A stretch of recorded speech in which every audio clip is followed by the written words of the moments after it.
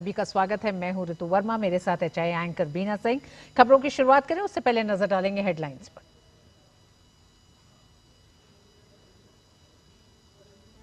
प्रधानमंत्री नरेंद्र मोदी को दिया गया ऑर्डर ऑफ ओमान। सुल्तान हैथम बिन तारिक ने भेंट किए और भी कई उपहार। पीएम को अब तक मिल चुके हैं 29 देशों के शीर्ष अवार्ड।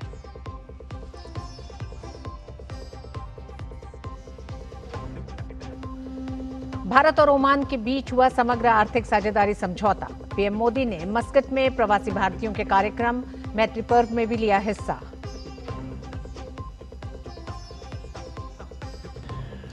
लोकसभा से पास हुआ विकसित भारत जी राम जी बिल। विपक्ष ने किया भारी हंगामा। सदन की कार्रवाई कल तक के लिए स्थगित।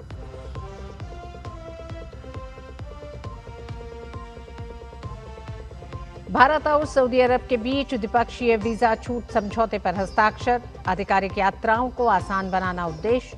द्विपक्षीय सहयोग को मिलेगा बढ़ावा।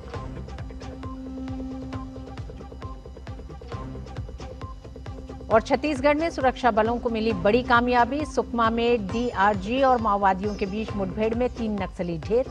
मौके से कई हथियार भी बरामद। प्रधानमंत्री नरेंद्र मोदी को ओमान के शीर्ष सम्मान ऑर्डर ऑफ ओमान से नवाजा गया। ओमान के सुल्तान हैथम बिन तारिक ने प्रधानमंत्री को यह सम्मान दिया। इससे पहले यह सम्मान नेल्सन मंडेला, महारानी एलिजाबेथ और जॉर्डन के किंग अब्दुल्ला जैसी हस्तियों को दिया गया है। पीएम को अब तक 29 देशों के शीर्ष अवार्ड मिल चुके हैं। ओमान के सुल्तान ने पीएम को कई और उपहार भी भेंट किए।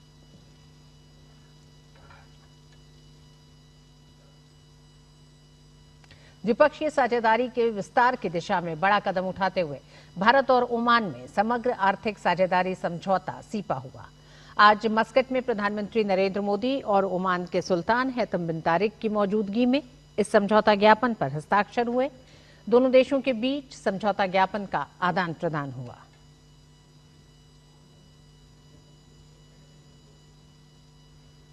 प्रधानमंत्री नरेंद्र मोदी ने ओमान के सुल्तान हैथम बिन तारिक से राजधानी मस्कट में मुलाकात की। बैठक में द्विपक्षीय सहयोग से जुड़े मुद्दों पर चर्चा की गई। दोनों नेताओं ने भारत ओमान रणनीतिक साझेदारी को और मजबूत बनाने पर विचार विमर्श किया। पीएम मोदी और ओमान के सुल्तान ने समग्र आर्थिक साझेदारी समझौते सीपा पर हस्ताक्षर का स्वागत किया। इस कदम को द्विपक्षीय संबंधों में मील का पत्थर बताते हुए कहा गया कि इससे भारत ओमान रणनीतिक साझेदारी को नई ऊर्जा मिलेगी। पीएम और ओमान के सुल्तान ने जिन मुद्दों पर चर्चा की उनमें रक्षा, सुरक्षा, व्यापार एवं निवेश, ऊर्जा, कृषि, प्रौद्योगिकी, नए और उभरते क्षेत्र, संस्कृति और जनसंबंध शामिल है। इस बैठक में क्षेत्रीय और वैश्विक महत्व के मुद्दों पर भी विचारों का आदान प्रदान किया गया। प्रधानमंत्री नरेंद्र मोदी ने ओमान की राजधानी मस्कट में प्रवासी भारतीयों के कार्यक्रम मैत्री में हिस्सा लिया। उन्होंने कहा कि भारत की विविधता ही उसकी संस्कृति है और भारतीय दुनिया में जहां भी रहते हैं वो इसी विविधता का सम्मान करते हैं। आज हम सब यहां भारत ओमान मैत्री पर्व भी मना रहे हैं। मैत्री यानी एम से मैरीटाइम हेरिटेज, ए से एस्पिरेशंस, आई से इनोवेशन, टी से ट्रस्ट एंड टेक्नोलॉजी, आर से रिस्पेक्ट, आई से इंक्लूसिव ग्रोथ, यानी ये मैत्री पर्व हम दोनों देशों की दोस्ती, हमारी शेयर्ड हिस्ट्री और प्रॉस्परस फ्यूचर का उत्सव है। बीते 11 सालों में भारत की प्रगति के बारे में भी प्रधानमंत्री ने बात की। उन्होंने कहा कि नए airport, AIIMS, IIT, IIM Bharat की गति है। मैन्युफैक्चरिंग, ग्रीन ग्रोथ, फिनटेक कुछ ऐसे प्लेटफॉर्म हैं जहां भारत की प्रगति अभूतपूर्व है और डिजिटल इंडिया ने तो पूरी दुनिया को चौंका दिया है। 21वीं सदी का भारत बड़े फैसले लेता है, तेजी से निर्णय लेता है, बड़े लक्ष्यों के साथ आगे बढ़ता है और एक तय टाइमलाइन पर रिजल्ट लाकर ही दम लेता है। साथियों, मैं आपको गर्व की एक और बात बताता हूं। आज भारत दुनिया का सबसे बड़ा डिजिटल पब्लिक इंफ्रास्ट्रक्चर बना रहा है। भारत का यूपीआई यानी यूनिफाइड पेमेंट्स इंटरफेस दुनिया का सबसे बड़ा real time digital payment system है। प्रधानमंत्री ने मैत्री कार्यक्रम स्थल पर ही वहां के युवाओं और विशेष तौर पर छात्रों ने प्रधानमंत्री का अभिनंदन किया। प्रधानमंत्री ने एक प्रदर्शनी भी देखी और प्रवासियों से भी मुलाकात की। प्रधानमंत्री ने अपने संबोधन में युवाओं के बारे में विस्तार से चर्चा की। उन्होंने कहा कि युवा भविष्य है और आने वाले समय का नेतृत्व भी वो ही करेंगे, इसलिए भारत ने नई शिक्षा नीति लागू की है।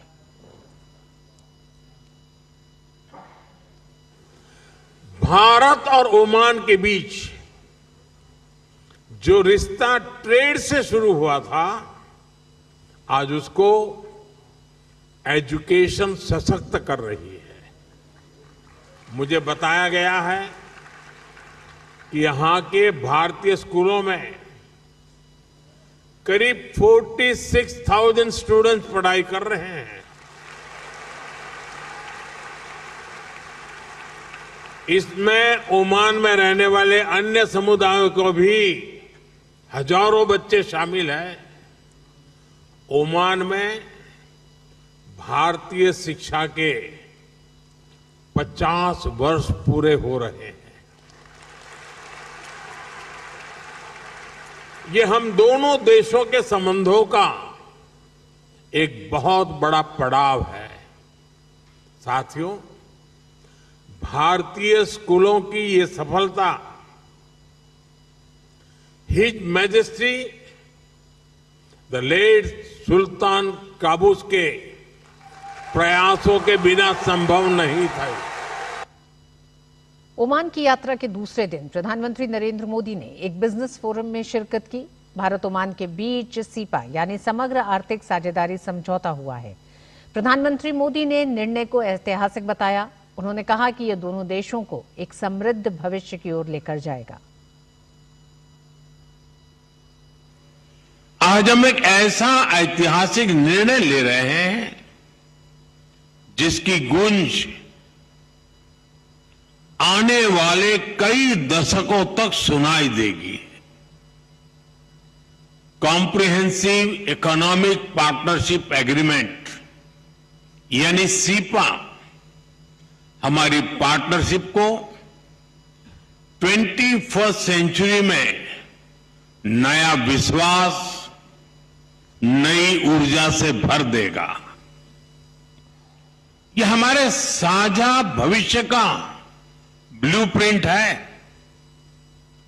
यह हमारे ट्रेड को नई गति देगा, इन्वेस्टमेंट को नया भरोसा देगा और हर सेक्टर में अवसरों के नए द्वार खोलेगा।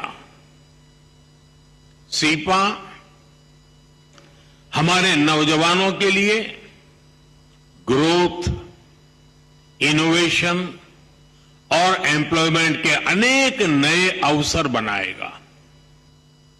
प्रधानमंत्री ने भारत के विकास में ओमान को साझेदारी के लिए आमंत्रित किया। उन्होंने कहा कि मिलकर इन्वेस्ट, इनोवेट और बिल्ड बनने के लिए ओमान के पास सही अवसर है। दोनों देश एक साथ मिलकर एनर्जी, एग्री और हेल्थ, इंफ्रा, डिजिटल में साथ काम कर सकते हैं। वहीं उन्होंने कहा कि भारत तेजी के साथ दुनिया की तीसरी अर्थव्यवस्था बनने की ओर है। ये बीते 11 साल के दौरान भारत ने सिर्फ पॉलिसी ही नहीं बल्कि अपना इकोनॉमिक डीएनए बदला है। बिजनेस वर्ल्ड में भारत की इकोनॉमी की रेजिलियंस की चर्चा होती है।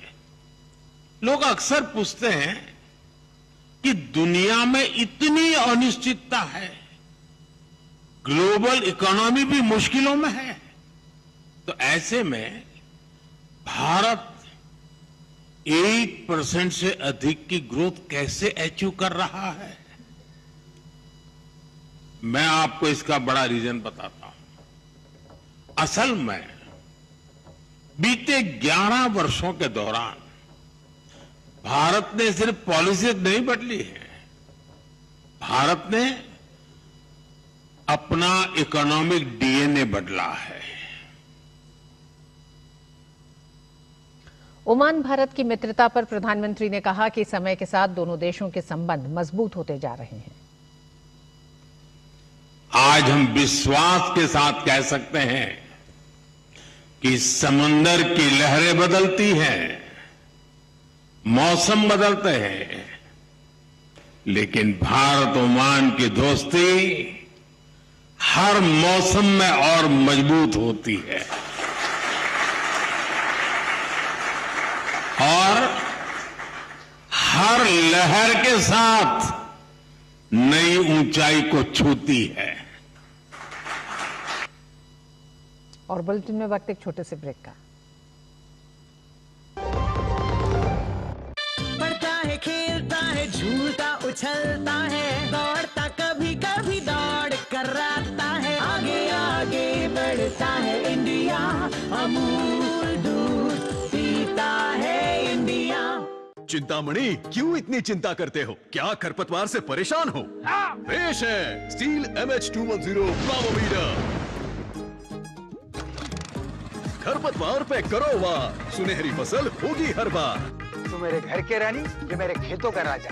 स्टील उपकरण लाए परिवर्तन।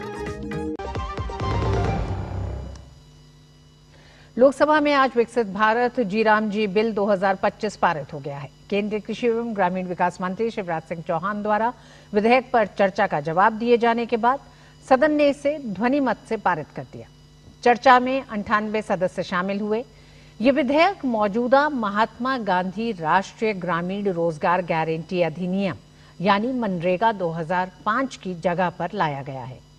विकसित भारत जी राम जी विधेयक 2025 का उद्देश्य विकसित भारत 2047 के राष्ट्रीय विजन के अनुरूप एक ग्रामीण विकास ढांचा स्थापित करना है। विधेयक के अंतर्गत ग्रामीण परिवारों को 125 दिनों के मजदूरी रोजगार की गारंटी तथा सशक्तिकरण, विकास, कन्वर्जेंस एवं सैचुरेशन पर केंद्रित है। विधेयक के अंतर्गत जल सुरक्षा, मुख्य ग्रामीण इंफ्रा, आजीविका और आपदा निवारण वाले कार्यों पर खास फोकस रहेगा। लोकसभा में विकसित भारत जी राम जी बिल पर चर्चा का जवाब देते हुए केंद्रीय कृषि एवं किसान कल्याण एवं ग्रामीण विकास मंत्री शिवराज सिंह चौहान ने कहा कि मनरेगा का नाम पहले महात्मा गांधी नहीं था, लेकिन जब चुनाव आए तो कांग्रेस ने महात्मा गांधी का नाम इस योजना से जोड़ा। उन्होंने कहा कि कांग्रेस के लोग ढोंग करते हैं और हम काम करते हैं। गांव का विकास हमारे विचार के केंद्र में, हमारे सोच के केंद्र में। नरेगा का नाम पहले महात्मा गांधी जी के नाम पर नहीं रखा गया, वो तो नरेगा थी। बाद में जब 2009 के चुनाव आए तो चुनाव और वोट के कारण बापू याद आए, महात्मा गांधी याद आए और तब उसमें जोड़ा गया महात्मा गांधी जी का नाम। ये कांग्रेस के लोग ढोंग करते हैं। जब यूपीए की सरकार थी, माननीय अध्यक्ष महोदय, 6, 7 से 13, 14 तक केवल 1660 करोड़ मानव दिवस, श्रम दिवस सृजित हुए, लेकिन नरेंद्र मोदी जी के नेतृत्व में 3210 करोड़ श्रम दिवस सृजित करने का काम किया। तुम ढोंग करते हो, ढोंग। नरेंद्र मोदी जी की सरकार काम करती है। और बुलेटिन में वक्त एक और ब्रेक का। विकसित भारत जी राम जी विधेयक के पारित होने के बाद लोकसभा की कार्रवाई शुक्रवार सुबह 11 बजे तक के लिए स्थगित कर दी गई।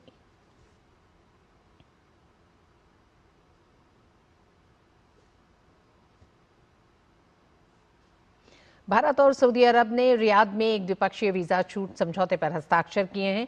इस समझौते के तहत दोनों देशों के राजनयिक, विशेष और आधिकारिक पासपोर्ट धारकों को कम अवधि की आधिकारिक यात्राओं के लिए वीजा से आपसी छूट मिलेगी। समझौते पर भारत के राजदूत सुहेल एजाज खान और सऊदी विदेश मंत्रालय के उपमंत्री अब्दुल मजीद बिन राशिद अल स्मरी ने हस्ताक्षर किए। इसका उद्देश्य भारत सऊदी अरब रणनीतिक साझेदारी परिषद के तहत आधिकारिक यात्राओं को आसान बनाना और द्विपक्षीय सहयोग को बढ़ावा देना है। वीजा छूट से दोनों देशों के अधिकारियों की आवाजाही सुगम होगी और विभिन्न क्षेत्रों में सहयोग और मजबूत होने की उम्मीद है। इसी के साथ इस बुलेटिन में बस इतना ही। मुझे और बीना को दीजिए अनुमति। नमस्कार।